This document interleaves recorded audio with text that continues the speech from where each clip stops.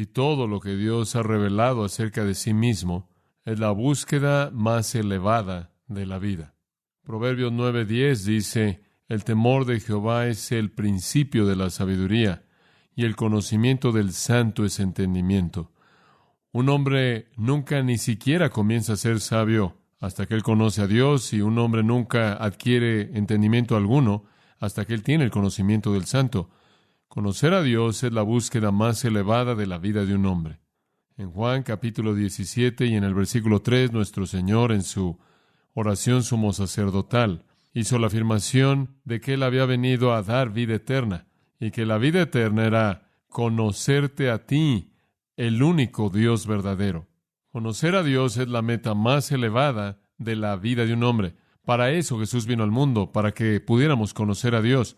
Ese es un sinónimo para vida eterna. La gente con frecuencia pregunta qué es la vida eterna. Es simplemente conocer a Dios, conocerlo de manera íntima, participar de su naturaleza misma y vida. El hombre más sabio que jamás vivió recibió buenas instrucciones de un hombre que dio evidencia algunas veces de no ser muy sabio, y ese fue David dándole instrucción a Salomón. Algunas veces lo que David dijo fue muy sabio. En 1 de Crónicas, capítulo 28, versículo 9, David le dijo a su hijo: y tú, Salomón, hijo mío, conoce al Dios de tu padre, y sírvelo con un corazón perfecto y con una mente dispuesta. Buen consejo. Salomón, conoce a Dios. Y cuando tú lo conozcas, sírvelo con disposición, con un corazón perfecto, porque Jehová escudriña el corazón y entiende todos los pensamientos. Si lo buscas, Él será encontrado por ti, pero si lo dejas, Él te desechará para siempre. Pedro dijo: antes bien creced en la gracia y el conocimiento de nuestro Señor y Salvador Jesucristo.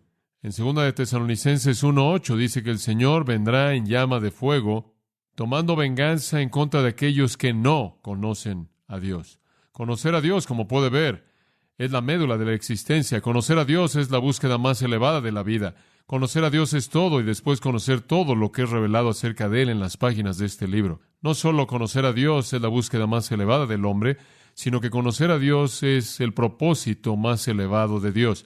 No solo Él quiere que lo conozcamos a Él, sino que Él coopera desde su lado. Dios desea que lo conozcamos. La Biblia es tan explícita acerca de esto. En Oseas capítulo 6, en otro contexto, en donde Dios mediante el profeta está reprendiendo a Israel por su hipocresía, siguieron con el sistema sacrificial, con corazones que estaban totalmente alejados de Dios. Y Él dice esto en Oseas 6:6, deseó misericordia y no sacrificio, y el conocimiento de Dios más que holocaustos. Más que cualquier otra cosa externa, Dios desea que lo conozcamos. Los hombres deben conocer a Dios, y Dios desea que los hombres lo conozcan a Él. Esto es el significado de la vida. En esto consiste la vida. Esta es nuestra búsqueda más elevada y el propósito más elevado para nosotros. Estaba tratando de pensar en una manera de ilustrarle de manera vívida a usted cuán importante es para Dios que lo conozcamos. Y me vino a la mente que el profeta Ezequiel busca revelar la gloria de Dios. En el primer capítulo de Ezequiel encontramos la visión de Dios, y usted podría verlo por tan solo un minuto. Ezequiel capítulo 1 comienza con Dios. Dice: aconteció en el año 30, en el mes cuarto, a los 5 días del mes, que estando yo en medio de los cautivos junto al río Quebar, los cielos se abrieron y vi visiones de Dios.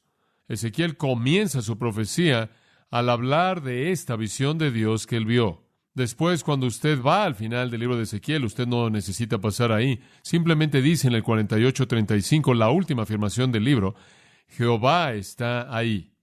Comienza con la visión de Dios de Ezequiel y termina con el Dios eterno reinando en su trono eterno, en su reino eterno.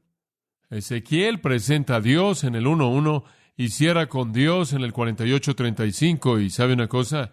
Todo en medio de estos dos puntos es un énfasis en la persona de Dios. Bueno, conforme vi esos dos extremos del libro de Ezequiel, pensé, me pregunto qué hay en medio que Ezequiel realmente sigue amartillando. Y entonces simplemente hice un estudio breve de Ezequiel y descubrí algo muy importante acerca de lo que Dios quiere que usted y yo sepamos. Veamos el capítulo 6 juntos. Ahora quiero que me siga. Ezequiel capítulo 6, versículo 7. Y voy a leer una afirmación de estos versículos, y usted lo hallará algunas veces al principio de un versículo, algunas veces a la mitad y algunas veces al final. y simplemente lo voy a leer. Versículo 7. Y sabréis que yo soy Jehová. Versículo 10. Y sabrán que yo soy Jehová. Versículo 13. Entonces sabrán que yo soy Jehová. Capítulo 7, versículo 4. Al final del versículo. Sabréis que yo soy Jehová. Versículo 9. Sabréis que yo soy Jehová. Además, y podemos estar saltándonos algunos en medio de estos puntos, vaya al capítulo 11, versículo 12. Sabréis que yo soy Jehová.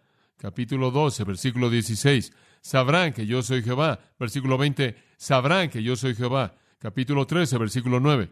Sabréis que yo soy Jehová. 14. Sabréis que yo soy Jehová. 21. Sabréis que yo soy Jehová. 23. Sabréis que yo soy Jehová. 14:8. Sabréis que yo soy Jehová. Hay un mensaje aquí en algún punto. ¿Lo está entendiendo? Capítulo 15, versículo 7. Sabréis que yo soy Jehová. Avanzando al capítulo 20, versículo 12. Para que sepan que yo soy Jehová. Versículo 20. Para que sepan que yo soy Jehová vuestro Dios. 26. Para que sepan que yo soy Jehová. 38. Sabréis que yo soy Jehová. 42. Sabréis que yo soy Jehová. 44. Sabréis que yo soy Jehová. Ahora eso nos lleva a lo largo del 21 hasta el 22:16. Sabréis que yo soy Jehová. 24:24. Sabréis que yo soy Jehová Dios. 24:27. Sabrán que yo soy Jehová. Bueno, no voy a seguir, pero sigue y sigue y sigue y sigue hasta el fin del libro. Ni siquiera me molesté por contar cuántas veces, pero simplemente al ver el capítulo 39, lo veo 2 veces, una vez en el capítulo 38, y simplemente sigue y sigue hasta que llega al capítulo 40, y después Dios aparece en su gran reino milenario glorioso. Simplemente es una profecía entera dirigida simplemente para que usted sepa que yo soy Jehová. Ahora, ¿qué es entonces lo que Dios está tratando de decirnos? Él quiere que lo conozcamos. Este es el deseo de Dios para el hombre. Dios nos está escondiendo. Dios no es una especie de conejo de Pascua cósmico que está ahí escondido en un arbusto y está corriendo y Él está diciendo, está más caliente, se están acercando. Dios no está tratando de cubrirse a sí mismo. Él se ha descubierto a sí mismo y Él quiere que lo conozcamos, y ese es el propósito más elevado de la vida de un hombre. ¿Cómo es que lo podemos conocer? ¿Cómo podemos conocer a Dios? Bueno, como usted sabe, el profeta dijo, si me buscáis con todo mi corazón, ciertamente me hallaréis. ¿No es cierto? Salomón dio alguna información sabia en Proverbios 2:3. Él dijo, si clamares tras la sabiduría o el conocimiento, y levantaras tu voz por el entendimiento, si como la plata la buscareis, y la escudriñareis como a tesoros, entonces entenderéis el temor de Jehová y hallaréis el conocimiento de Dios. Salomón dijo, realmente solo hay una manera de conocer a Dios y conocer todo lo que se ha revelado acerca de Dios, y eso consiste en hacer de eso la búsqueda de tu vida.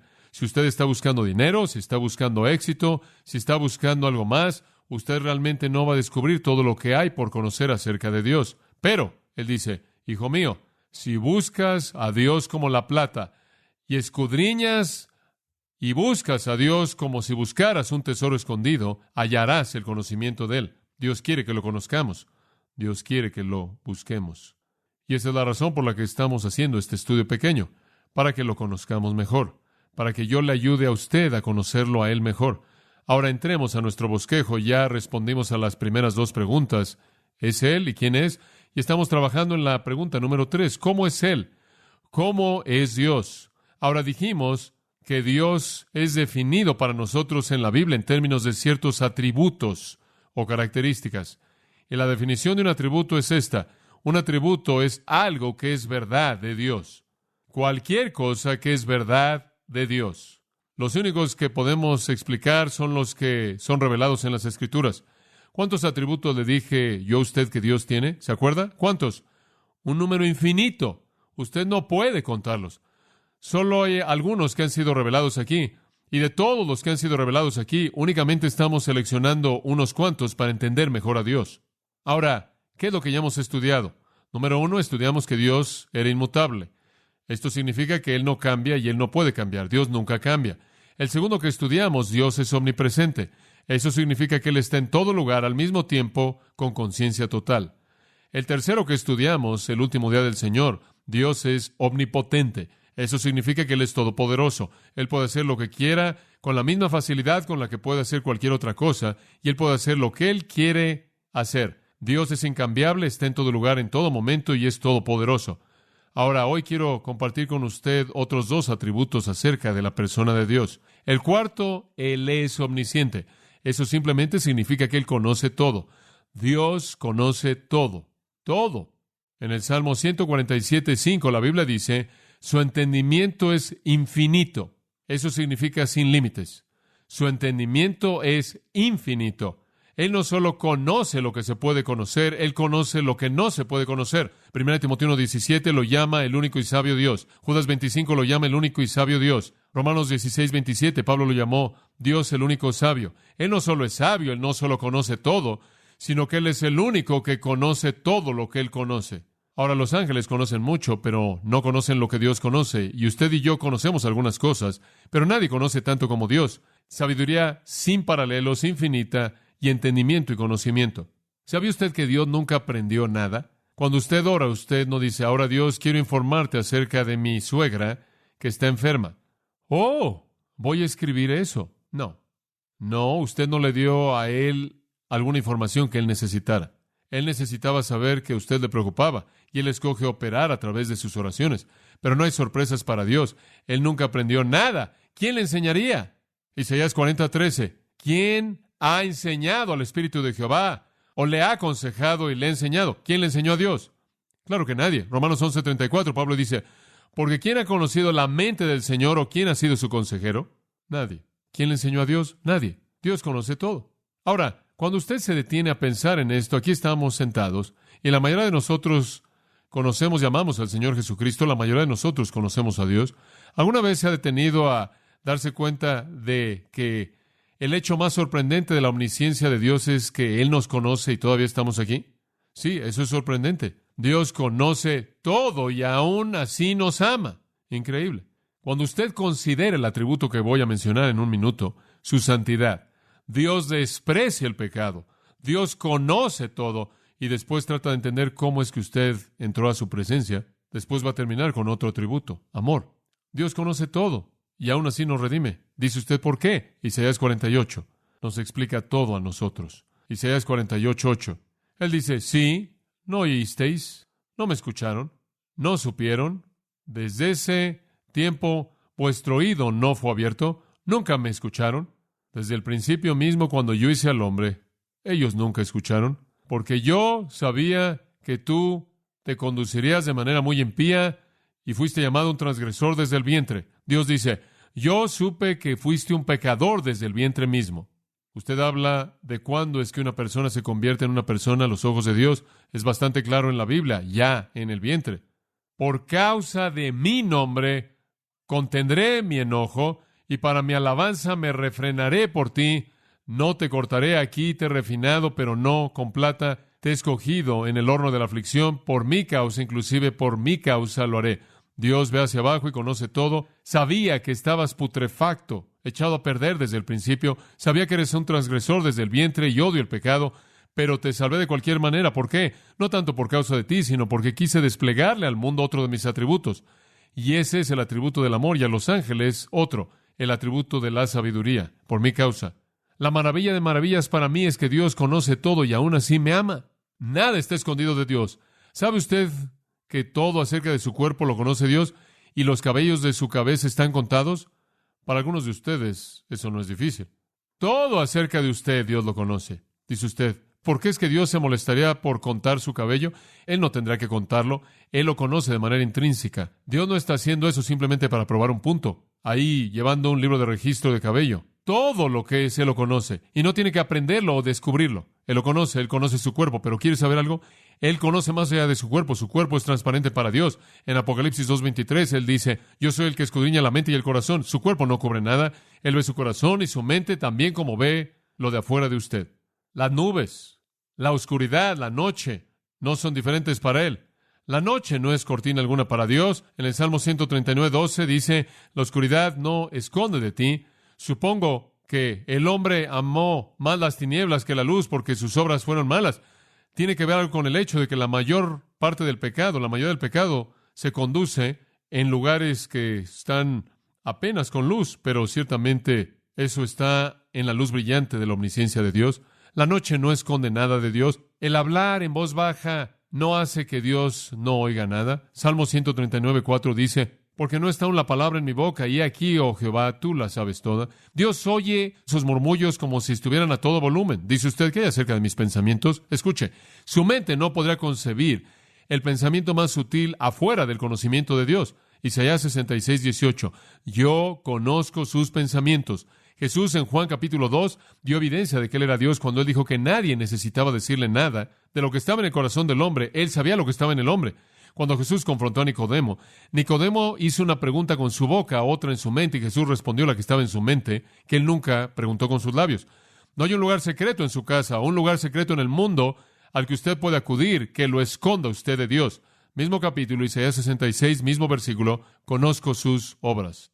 Él sabe.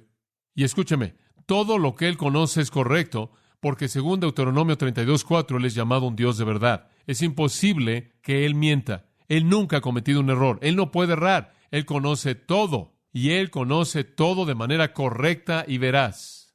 Todo. Dice usted, bueno, pero ¿qué tal si estoy dependiendo de Oseas 13:12? Hombre, he hecho este versículo mi vida. Dice, la iniquidad de Efraín está ligada. Su pecado está escondido. Estoy dependiendo de ese. Estoy esperando que haya unas cuantas cosas que Él no conoce. Lo siento. Dice usted, bueno, ¿qué significa ese versículo? Yo sé que la gente dice, esto significa que Dios no conoce todo el pecado. Dios conoce todo. La Biblia presenta eso de manera clara. En todo lugar que usted lea acerca de la persona de Dios, es obvio que Él conoce todo. Dice usted, bueno, ¿qué significa ese versículo? Bueno, ciertamente no es una contradicción. Significa esto. La iniquidad de Efraín está ligada, su pecado está escondido. Esto es, por el momento su pecado está colocado a un lado para un día futuro de juicio. Es un plan en el que Dios aparta algo. Peca ahora, paga después. Es correcto. ¿Sabe una cosa? Usted lo ve, algunas veces las personas piadosas parecen estar más bajo estrés que los impíos, ¿verdad? Porque es que algunas veces los impíos prosperan. No siempre prosperarán. Quizás como Efraín, su pecado por el momento está escondido. Está apartado para el día del juicio que vendrá en el futuro. Ese es el significado de Romanos capítulo 2, versículos 5 y 6, donde Pablo dice, pero por tu corazón endurecido, impenitente, atesoras para ti mismo ira para el día de la ira. En otras palabras, estás pecando y estás amontonando un montón de pecado para un día futuro, para la revelación del justo juicio de Dios, quien dará a todo hombre según sus obras. Viene un día cuando ese juicio vendrá y ese pecado que ahora está siendo escondido o apartado para un día futuro será desenmascarado, castigado. Dios conoce todo, todo. Y eso nos lleva a un comentario al margen. Otro atributo de Dios que solo vamos a poder meter porque no tenemos tiempo para cubrirlos todos es el atributo de sabiduría. Ahora, escúchame. ¿Qué es sabiduría? Le voy a dar una definición simple. Sabiduría es omnisciencia actuando con una voluntad santa. Es omnisciencia actuando con una voluntad santa. Si Dios conoce todo, entonces todo lo que Él hace es absolutamente sabio.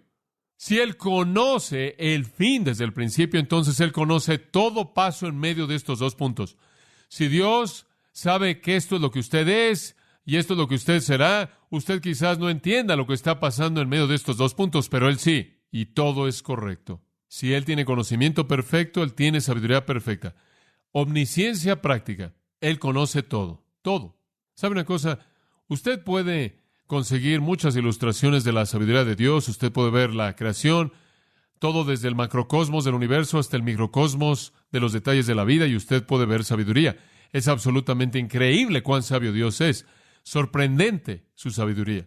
¿Puede usted imaginar cómo Dios coloca y constituye un universo entero, las partes componentes del cual van más allá de la capacidad de los números, y que todo opera en armonía con lo demás para producir exactamente lo que Dios quiere? Increíble.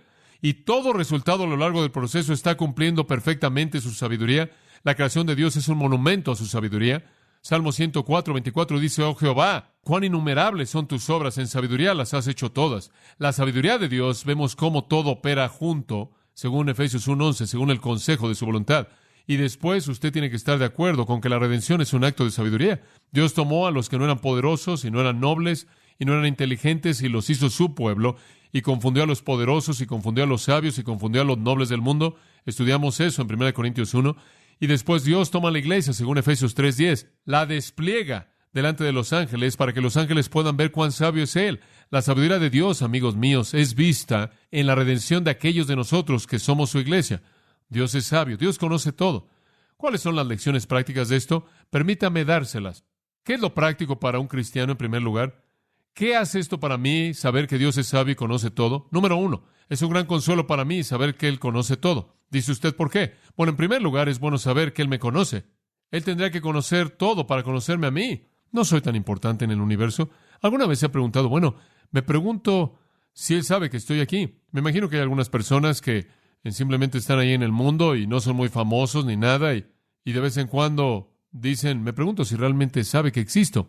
No hago mucho ruido ni nada. ¿Sabe una cosa? Hubieron algunas personas así en el tiempo de Malaquías.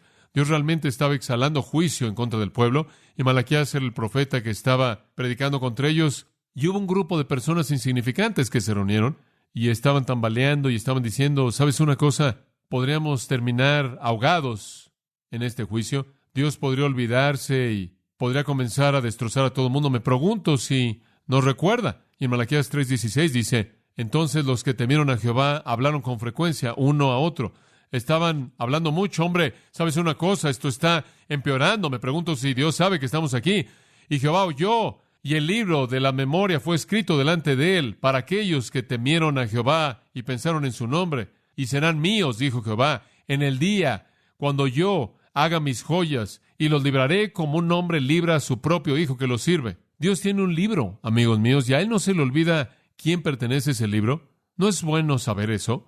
Me da gusto que Él conoce todo. Él conoce a John MacArthur y Él sabe que yo conozco a Jesucristo, y entonces Él sabe que yo pertenezco al libro. De hecho, Él lo supo hace tanto tiempo atrás que me escribió antes de que el mundo comenzara. Es un consuelo para mí saber que Dios conoce todo. Saber que no hay nada absolutamente fuera del conocimiento de Dios. Él me conoce a mí y Él sabe que yo le pertenezco a Él. Eso es un consuelo. En el Salmo 56, versículo 8, me encanta esto. Tú contaste mis salidas, tú colocaste mis lágrimas en tu botella o en tu redoma. Podrá ser una afirmación en lugar de una pregunta. Tú colocas mis lágrimas en tu botella. ¿Sabe una cosa? En el Oriente, cuando los que lloraban venían, eso era algo que se hacía por costumbre. Todo el mundo llora. Algunos de los que lloraban metían sus lágrimas en una botella. Usted le pagaba a los que lloraban. Supongo que era una manera en la que usted probaba que había cumplido con su trabajo. Y entregaba una botella de lágrimas y recibía su dinero. Pero tenían gente que venía y lloraba. Y se aseguraban de que sus lágrimas cayeran en una botella y las dejaban ahí como una pequeña muestra. David dice que Dios hace que las lágrimas de David caigan en la botella de Dios. Dios se acuerda de mis lágrimas. Dios no solo me conoce a mí, sino que Él conoce mis lágrimas. ¿Es bueno saber eso? ¿Es algo confortante para usted que Dios conoce toda prueba que usted jamás enfrenta? ¿Que Dios mete sus lágrimas en su botella? Él debe tener una botella muy grande. Quizás Él simplemente llena el océano con ellas y esa es la razón por la que está salado, no lo sé. Dios mete las lágrimas de usted en su botella. Eso significa para mí que Dios se preocupa por mí. Me da gusto saber eso. En Mateo capítulo 6, Dios no solo conoce mis ansiedades y mi dolor, no solo conoce quién soy yo, sino que Él conoce todas mis necesidades. En Mateo 6:25, no os afanéis por vuestra vida, qué comeréis o qué beberéis o qué vestiréis. ¿No es la vida más que el alimento y el cuerpo más que el vestido? Mirad las aves del cielo, no siembran, ni cosechan, ni recogen, pero vuestro Padre Celestial las alimenta. ¿No valéis vosotros más que ellas? ¿Son mejor ustedes que las aves? ¿Y quién de vosotros, por mucho que se afane, podrá añadir a su estatura un cubo? No tiene sentido preocuparse. Usted no puede ayudarse con eso de cualquier manera. ¿Y por qué os afanáis por el vestido? Mirad los lirios del campo, cómo crecen. No trabajan ni hilan. Pero yo os digo que ni Salomón en toda su gloria se vistió como uno de ellos. Y si Dios viste la hierba del campo, que es hoy y mañana es arrojada al horno, ¿no os vestirá mucho más a vosotros, hombres de poca fe? No os afanéis diciendo, ¿qué comeremos o qué beberemos o qué vestiremos? Porque los gentiles buscan todas estas cosas, pero vuestro Padre Celestial sabe que tenéis necesidad de estas cosas. Mas buscad primeramente el reino de Dios y su justicia, y todas estas cosas os serán añadidas. Mi Padre me conoce y mi nombre está en su libro. Mi Padre conoce mis lágrimas, y mi Padre conoce mis necesidades, y Él las cubre todas. Yo soy mejor que un ave. Yo soy más importante que un lirio. Los lirios son bonitos, las aves están bien.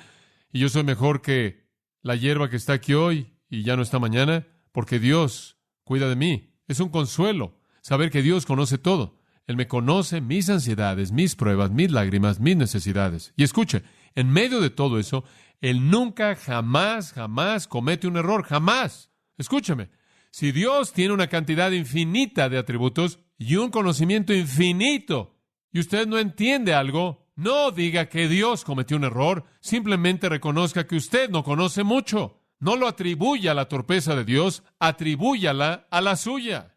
Dios no comete errores. Además, para el cristiano, la omnisciencia significa consuelo. En segundo lugar, creo que significa confianza. Hombre, solía pensar en la doctrina de la omnisciencia como todo menos confianza.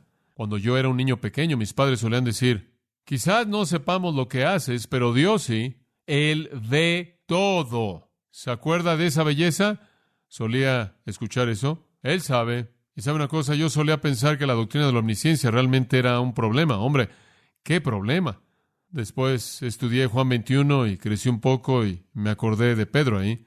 Y Pedro estuvo tratando de convencer al Señor de que lo amaba. ¿Se acuerda de eso? Señor, te digo, te amo. Y el Señor le siguió preguntando y preguntando. Finalmente él dice, Señor, mira, tú todo lo sabes, tú sabes que te amo. ¿A qué apeló? ¿A qué doctrina de Dios? ¿A qué atributo? Omnisciencia. La omnisciencia es algo maravilloso. No es tanto que Dios lo ve a usted y lo espía. Eso es solo la mitad. ¿Sabe usted que si no fuera por la omnisciencia hay algunos días en las que Dios ni siquiera sabría que usted lo ama porque no es tan obvio? Y si Él no conociera todo, Él ni siquiera sabría que usted se preocupa por Él. Supongo que en mi vida hay muchos días cuando yo no me distingo de alguien del mundo. ¿Estaría usted de acuerdo con eso para su vida? ¿Cómo es que Él sabe que yo me preocupo? Él tiene que conocer mucho. Él tiene que conocerlo todo. Él tiene que conocer mi corazón. Oh, eso me da confianza de que aun cuando fallo, mi amor todavía está seguro porque Él conoce mi corazón. Un tercer pensamiento, y ya hice referencia a es corrección. Escucha esto. Si usted supiera que Dios no conociera todo, ¿qué haría usted que no hace ahora? Piensa en esa. Ese es un verdadero ganador. Si usted supiera que Dios no conoce todo y que Él nunca se enteraría, ¿qué haría usted? Oh, mi papel no es lo suficientemente largo para escribirlo todo. Y entonces digo que el tercer resultado bueno, práctico de la doctrina de la omnisciencia es corrección. Dios es un maestro quien nunca deja el salón. Sin embargo, siempre es con amor, ¿no es cierto? Él conoce todo.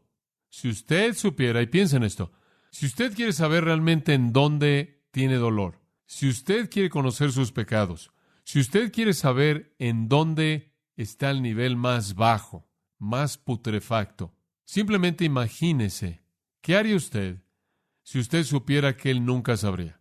Y usted se va a encontrar ahí, pero Él sabe. Y como le dije la última vez, debido a que Él está en todo lugar, todo pecado que usted comete es como si usted entrara a gatas a la sala del trono de Dios, se acercara hasta los pies del trono y luciera ahí en su cara, en la cara de Dios. Pero el Nuevo Testamento nos dice que en algún punto vamos a dar cuentas por todas las cosas que hemos hecho en el cuerpo, 2 Corintios 5. Y también nos dice en 1 Corintios 4:5 que ese día va a traer a la luz las cosas escondidas de la oscuridad. Dios conoce todo, todos nuestros caminos, pensamientos, actitudes, todo. Para el cristiano, eso es corrección, hombre. Si Él lo sabe, no lo quiero hacer. No quiero afrentarlo. No quiero deshonrarlo. Eso es corrección. Y después la confianza que tengo en saber que Él conoce mi corazón y el consuelo que tengo en saber que Él sabe que soy de Él. Él conoce mis lágrimas, Él conoce mis necesidades. Él nunca comete un error. ¿Qué hay acerca del no cristiano? ¿Qué significa la doctrina de la omnisciencia para usted? Usted está aquí, usted no conoce a Dios, usted no conoce a Cristo, usted en cierta manera está viendo desde afuera, usted en cierta manera nos está evaluando. ¿Qué significa esto para usted? Número 1, permítame decir esto. Debería revelarle a usted la torpeza de la hipocresía. Si usted piensa que usted puede jugar un juego y salirse con la suya, usted está equivocado. Dios conoce todo. No piense ni por un minuto que Dios es engañado por usted. No es así. Él no es engañado. Su hipocresía es desenmascarada de manera total cuando Jesús en el Sermón del Monte confrontó a Israel. Él simplemente los desnudó, ¿no es cierto? Él simplemente les arrancó las marcas. Hipócritas. Y estaban buscando un lugar en donde esconderse, créame, para cuando terminó con ellos. Escuche Eclesiastés, una palabra de sabiduría de Eclesiastés 12:14. Dice esto: porque Dios traerá toda obra a juicio, con toda cosa secreta, sea buena o mala. Escuche, Dios no es engañado por la rutina de usted. Dios no ve su máscara y dice, oh, Dios no es como el hombre. El hombre mira lo que está delante de sus ojos, pero Dios ve ¿qué? El corazón. Él lo ve usted de manera clara. Escuche, amigo mío, si usted no conoce a Cristo, más vale que usted reconozca desde el principio que usted no conoce a Dios, y sea cual sea el juego que esté jugando para tratar de aparecer como alguien bueno delante de Dios, no sirve. La torpeza de la hipocresía. Si Dios conoce todo, Él conoce mucho más de lo que usted cree que Él conoce. Lo segundo que yo le diría a un incrédulo o a alguien que no conoce a Dios es que hay una promesa de juicio preciso. En Romanos 2:2, Pablo dice, Dios juzgará según la verdad. Cuando hablamos del juicio final y el lago de fuego y quién es enviado al infierno, créame, ese juicio será un juicio justo. Dios juzgará en base a la verdad, porque Él tiene conocimiento absoluto de la verdad. Y nadie engaña a Dios. En Jeremías 16:17, el profeta dijo, sus iniquidades no están escondidas de mis ojos. No se esconden. En 1 Samuel 16:7, el hombre mira lo que está delante de sus ojos, pero Dios ve el corazón. El juicio será conforme a la verdad. Y no hay manera de esconderlo de Dios. Él sabe si usted es un pecador. Él sabe si usted no es perdonado. Él sabe si su iglesianismo fue el único que tuvo. Él sabe si sus buenas obras fueron lo único en lo que usted dependió. Él sabe si su nombre está en el libro. Él sabe si usted se ha arrepentido y ha venido a Cristo. Él lo sabe. Él lo sabe todo. Y sus juegos no lo engañan a Él, ni los míos. Otra cosa que yo le diría a un incrédulo es esta. Saber que Dios sabe todo debería señalarle a usted la insensatez de la sabiduría humana. Dios lo sabe todo. Entonces, si realmente quiere ser sabio, debería usted conocer el conocimiento de Él. Como Salomón le dijo a su hijo, busca el conocimiento, busca el conocimiento. Él lo dice una y otra vez, particularmente el capítulo 8, simplemente lo repite desde el versículo 1 hasta el versículo 36. Adquiere conocimiento, adquiere conocimiento. Y el conocimiento es el conocimiento de Dios. Un hombre necio busca el conocimiento del mundo. 1 Corintios 1:19, destruiré el conocimiento del mundo, destruiré a los sabios, dice él. La sabiduría de los sabios llegará a nada. Entonces, al incrédulo yo le diría, hay necedad en la hipocresía, Dios lo va a juzgar a usted según la verdad, no confíe en la sabiduría humana, Dios lo sabe todo.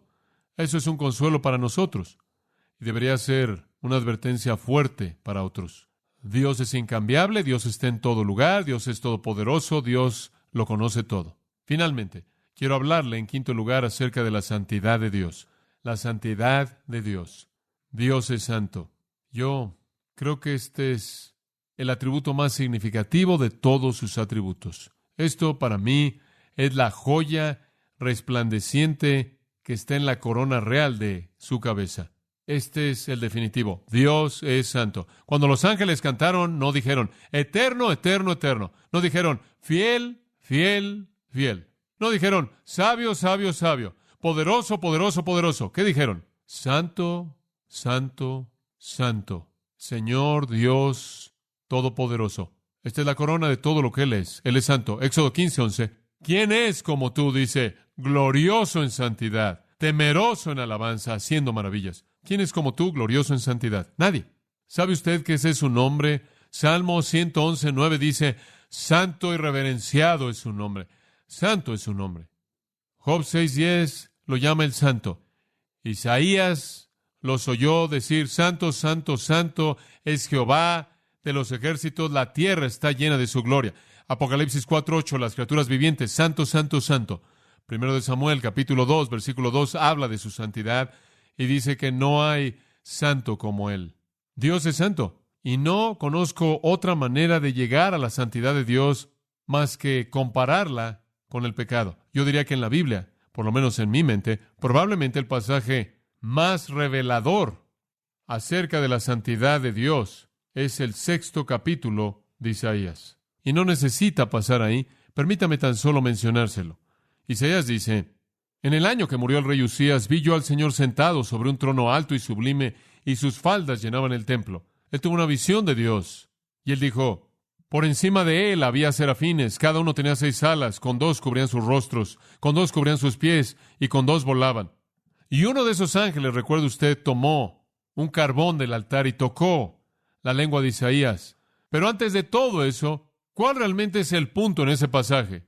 Isaías dice, vi a Jehová y clamé, ¡ay de mí que soy muerto! Porque siendo hombre inmundo de labios, mis ojos han visto al Rey. Él fue absolutamente despedazado hasta lo más profundo de su ser. Él se sacudió de manera violenta. Él se estaba despedazando de manera violenta. ¿Por qué? Porque él había visto la santidad de Dios, y al ver la santidad de Dios, él fue sacudido hasta lo más profundo de su ser por su propia pecaminosidad. ¿Lo ve? Y quiero decirle algo. No es sino hasta que un hombre entiende la santidad de Dios que eso nunca sucederá sin una comparación con su propio pecado. No es sino hasta que usted entiende su propio pecado que usted llegará a conocer la santidad de Dios. Los dos van de la mano. Usted no puede conocer su pecado hasta que usted conoce su santidad, y usted no puede conocer su santidad hasta que usted ve su pecado. Isaías vio a Dios levantado y después se vio a sí mismo, y él simplemente derramó su corazón diciendo, ¡ay de mí! Estoy destruido. Estoy acabado. Entre usted y Dios hay un espacio absoluto de santidad e impiedad. Usted es impío, Él es santo. Y usted debería estar, y yo debería estar simplemente absolutamente sacudido hasta lo más profundo de nuestro ser cuando nos vemos en comparación con Él. Dios es santo. Ahora escúcheme. Dios no se conforma con un estándar santo. Él es el estándar. Él es absolutamente santo. Él nunca hace algo malo. Él nunca erra, Él nunca emite un juicio equivocado, Él nunca comete un error, Él nunca hace algo en su vida que no sea lo que debe suceder de manera correcta en su vida, ni tiene Él tampoco un fin correcto en mente. Siempre Él hace lo que es correcto, y no hay grados en su santidad. Él es absoluta, infinitamente santo. Y debido a que, como puede ver, Dios es santo, esa es su condición para cualquier persona que quiere existir en su presencia. Cuando los ángeles pecaron, ¿qué les hizo Él a ellos? Inmediatamente, ¿qué? Los expulsó y preparó un lugar para ellos separado de su presencia. Cuando los hombres escogen no venir a Dios, cuando escogen rechazar a Jesucristo, ¿qué les sucede a ellos en últimas? Son enviados al mismo lugar preparado para el diablo y sus ángeles, fuera de la presencia de Dios. ¿Por qué? Porque para estar en la presencia de Dios en su universo, usted debe ser, ¿qué? Santo. Dice usted, pero John, ¿cómo es que yo puedo ser santo? Usted puede ser por la fe en el Señor Jesucristo. Como puede ver, es mediante Cristo que Dios nos da la santidad de Cristo y nos ve santos posicionalmente. Dios nos hizo santos en Cristo. A los Corintios, el apóstol Pablo dijo, ahora ustedes son santos, ahora han sido santificados en Cristo. Además, pensando en esto, la única manera de entender la santidad de Dios es en contraste. Tenemos que ver su odio hacia el pecado. No nada más podemos entender su santidad independientemente de su odio hacia el pecado, porque tenemos que tomarlo del lado del pecado, porque eso es lo que entendemos también. Dios desprecia el pecado, simplemente lo odia. En Habacuc 1:13 dice, tú eres muy limpio de ojos para ver la iniquidad y no puedes ver la maldad. Dios no puede tolerar el pecado, Él no puede tolerar la maldad. Él está totalmente distante de Él, no puede entrar a su presencia, no puede morar con Él. Cuando la pecaminosidad de Sennacherib fue exagerada, usted se acuerda, dijo el Espíritu Santo, has levantado tus ojos a lo alto, inclusive contra el Señor, el Santo de Israel. Como puede ver, el pecado de Sennacherib fue evidente debido a la santidad de Dios. Cuando los egipcios malos fueron ahogados, en Éxodo 15, ¿sabe usted lo que los ahogó? Algunos dicen el poder de Dios. No, realmente no. Escuche Éxodo 15. El mar los cubrió, se hundieron como plomo en las aguas. Después esto, ¿quién es como tú, oh Señor glorioso en santidad? ¿Sabe usted por qué se ahogaron? No por el poder de Dios, sino por la santidad de Dios. Él no podía tolerar su maldad. La santidad de Dios es mejor vista en su odio hacia el pecado. En Amós capítulo 5, algunas palabras fuertes. Odio, desprecio tus días festivos. No me deleitaré en tus asambleas solemnes. Aunque me ofrezcas holocaustos y ofrendas de alimento, no las aceptaré, ni consideraré las ofrendas de paz de tus animales engordados. Quita de mí el ruido de tus canciones, no oiré la melodía de tus arpas. Dios ama todas esas cosas porque Él instituyó todas ellas. Pero cuando ese tipo de obras, aunque esas obras estuvieron bien, salen de corazones impuros, Dios las odia. Dios no quiere que la gente haga cosas correctas con actitudes incorrectas. Dios dice, lo odio, deténganse. El pecado es el objeto de su desagrado. Dios ama la santidad. En el Salmo 11, versículo 7, dice esto: porque el Señor justo amó la justicia. Qué hermosa afirmación. Dios ama la santidad. Ahora, la santidad de Dios la hemos visto desde un punto de vista negativo, su odio hacia el pecado. Lo que es sorprendente aquí, no obstante, y usted tiene que meterlo aquí, es el amor de Dios. Aunque Él es santo y odia el pecado de manera absoluta, y aunque, como le acabo de mencionar hace un momento, Él es omnisciente y conoce todo, ¿no es sorprendente que Él lo redimió a usted? Es sorprendente que Él me conoce y Él desprecia mi pecado, sin embargo me amó. Ahí es en donde el amor entra, como puede ver. La santidad de Dios, la omnisciencia de Dios y el amor de Dios, todos actúan por igual. ¡Qué reconocimiento tan fantástico! Dios supo todo de mí y Dios odió todo pecado en mí y aún así me amó. Traté de pensar en una ilustración para eso y supongo que será como el cáncer. Como usted sabe, usted amaría a su cuerpo, pero odiaría el cáncer. Y usted haría todo lo que pudiera por preservar su cuerpo y mantenerlo saludable, fuerte, y ministrar a sus necesidades y todo lo que pudiera hacer al mismo tiempo para destruir el cáncer. Usted odiaría lo que está ahí, pero no todo de manera total, y de alguna manera Dios ve al hombre y Él ama al cuerpo y desprecia el pecado. ¿En dónde ve usted la santidad de Dios revelada? Bueno, usted la ve en muchas maneras. Dios nunca quiere el pecado. No, nunca. Él decide permitirle a usted pecar si usted escoge hacerlo, pero Él nunca quiere el pecado. Dios nunca tienta a alguien a pecar. Dios no quiere que usted peque. Algunas personas deben pensar que Dios quiere que ellos pequen. Algunas personas me han dicho, ¿sabes una cosa? Lo que realmente debes hacer es tener una vida realmente pecaminosa y decirle a todo mundo cómo vives, y después, cuando cuentas tu conversión a muchas personas, la van a creer y van a decir, ¿qué transformación? ¿No es eso maravilloso? Entonces, Dios realmente debe querer que estés en el lodo para que tengas algo que decir, muy convincente. ¿O no? Dios no celebra el pecado de nadie. Nunca. Y Dios nunca tienta a un hombre a pecar. Santiago 1, 13 y 14. Dios no tienta a nadie. Pero la santidad de Dios es vista en cosas muy positivas. Por ejemplo, su santidad es vista en la creación, para comenzar. En Eclesiastés 7:29, y vamos a cerrar con estos pensamientos. En Eclesiastés 7:29, él dijo, Dios hizo al hombre recto, pero han buscado muchas cosas. Dios hizo al hombre recto. Cuando Dios hizo al hombre, Él era santo. La santidad de Dios es vista en la creación. En segundo lugar, la santidad de Dios es vista en la ley moral. La ley moral todavía permanece, aunque el hombre ha tratado de destruirla y hacerla a un lado. La ley moral todavía permanece en el mundo y esto muestra que Dios es santo. Romanos 7:12, Pablo dijo, la ley es santa, el mandamiento es santo, justo y bueno. La ley moral de Dios muestra que Dios es un Dios santo. Cuando Dios estableció una ley moral justa, Él mostró que Él es un ser moral, santo y justo. Y creo que también la santidad de Dios no solo es vista en su creación, y no solo en su ley moral, sino veo la santidad de Dios en su ley sacrificial. Cuando veo a Dios estableciendo a todos esos animales como un sacrificio, veo a Dios diciendo que la muerte es el resultado del pecado. Y quiero que vean eso, y quiero que lo vean bien. Y cada vez que esas personas hacían un sacrificio, veían la mortandad del pecado, y eso probaba la santidad y la moralidad de Dios. La santidad de Dios es vista en la creación, en la ley moral, la ley sacrificial. La santidad de Dios también es vista en el juicio contra el pecado. En el juicio contra el pecado. Cuando usted estudia la Biblia y usted ve, por ejemplo, en 2 de Tesalonicenses, capítulo 1, a Jesús viniendo en llama de fuego y vengándose de aquellos que no conocen a Dios ni obedecen el Evangelio. Cuando usted ve en Judas 4 esos impíos que están condenados por sus obras impías, que han hecho de manera impía en contra de Dios, usted ve cómo Dios odia el pecado y su juicio contra el pecado es un reflejo de su santidad. Él debe castigarlo.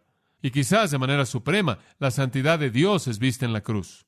Sí, la santidad de Dios es vista en la cruz. Usted dice, pero ahí es donde todo el pecado estuvo sobre Él. Sí, y esa es la ilustración más grande de su santidad. Escúcheme, Dios fue tan santo que Él pagó el precio absolutamente supremo que era necesario para satisfacer su santidad. En Hebreos, capítulo 9 y versículo 26, lo pasamos por alto, pero es una afirmación sorprendente. Escuche lo que dice. Porque Él entonces, de otra manera, le hubiera sido necesario padecer muchas veces desde el principio del mundo. En otras palabras, si fue un sistema sacrificial, Cristo tendría que haber muerto una y otra vez. Pero escuche, pero ahora, en la consumación de los siglos, se presentó una vez para siempre por el sacrificio, ¿de quién? De sí mismo. La santidad de Dios fue tan infinita que Él tuvo que pagar el precio supremo de que Él mismo muriera, llevando el pecado, porque el precio tenía que ser pagado aun si le costaba su propia vida. Eso es santidad. Su santidad es vista en la muerte de Cristo. La santidad de Dios demandó pago, aun si Él mismo tenía que pagarla. Aun si Él mismo tenía que pagarlo. Él es santo. Santo. ¿Cuáles son las lecciones prácticas de la santidad? Para el no cristiano, simplemente esto. La santidad de Dios demanda santidad en tu vida. Y es solo mediante Jesucristo. En Efesios 4 habla de vestirse del nuevo hombre, renovado en santidad. Dios quiere que usted sea santo, y la única manera en la que usted jamás llegará a ser santo es estar en Cristo y tener su justicia dada a usted. Por otro lado, si usted no es cristiano y usted rechaza la santidad de Dios ofrecida a usted en Jesucristo, entonces otro atributo de Dios entra en operación. Y ese atributo es llamado justicia. Si usted rechaza a Dios, entonces recibirá lo que usted merece. Eso es justicia. Y Dios es justo. Y para el impenitente, su santidad demanda justicia. ¿Qué hay acerca del cristiano? ¿Qué significa la santidad para un cristiano? ¿Cuál es la idea práctica de la santidad de Dios en mi vida? Simplemente es afirmada en 1 de Pedro. Y quiero que escuche, capítulo 1, versículo 15. Como aquel que os llamó es santo, sed también vosotros santos en toda vuestra manera de vivir. Porque escrito está, sed santos porque yo soy santo. Si Dios es santo, ¿qué quiere de nosotros? Santidad. Ahora escúchame, Él nos hizo santos posicionalmente. Posicionalmente en Cristo somos santos. Pero Él quiere que nuestras vidas prácticas encajen con nuestra posición. Él quiere que vivamos de manera santa. No solo que seamos santos posicionalmente, sino que vivamos vidas santas. Porque cuando somos santos, eso nos distingue del mundo. Eso le hace saber al mundo que hay una diferencia. Esta es la razón por la que en 2 Timoteo 2:19 Él dice, apártese de iniquidad todo aquel que invoque el nombre del Señor.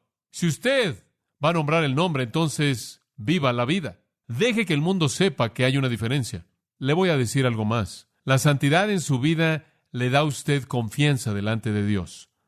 Si usted es un cristiano y está viviendo una vida santa, usted está enfrentando el pecado, usted está haciendo cosas piadosas y cosas santas, usted está viviendo una vida recta, entonces usted va a tener una confianza delante de Dios. Escuche usted esta ilustración hermosa de Job 22, y simplemente se la voy a leer. Escuche. Si os volvéis al Todopoderoso, seréis edificado. Quitarás la iniquidad muy lejos de tus tiendas. Escuche, usted va a regresar a Dios y va a enderezar las cosas. Lo primero que tiene que hacer antes de que regrese ahí es quitar el pecado. Versículo 26, escuche. Entonces te deleitarás en el Todopoderoso y levantarás tu rostro a Dios. Usted no puede ir a Dios y levantar su rostro y deleitarse en Él cuando hay pecado en su vida. ¿Alguna vez ha experimentado eso? ¿Descubrió en su vida lo que yo he descubierto, que cuando hay pecado en mi vida, yo tengo dificultad orando? Job 22 dice, encárgate de tu pecado y podrás levantar tu rostro hacia el rostro de Dios, sin culpabilidad. Escuche, la santidad nos distingue del mundo. La santidad nos da confianza, la santidad nos da paz. No hay paz para el impío. Isaías 57:21 dice, santidad, Dios quiere que seamos santos, aun si Él tiene que disciplinarnos. Según Hebreos 12:10, Él nos va a disciplinar para hacernos santos. ¿Qué debe hacer un cristiano? Bueno, quizás lo que David hizo en el Salmo 51, asegúrese de orar por un corazón limpio, y después, según Proverbios 13:20, camine con gente limpia. Sed santos como yo soy santo. Oremos. Padre, gracias en esta mañana por tu revelación de ti mismo a nosotros. Encomendamos estas palabras y pensamientos a tu cuidado, que den fruto en nuestras vidas.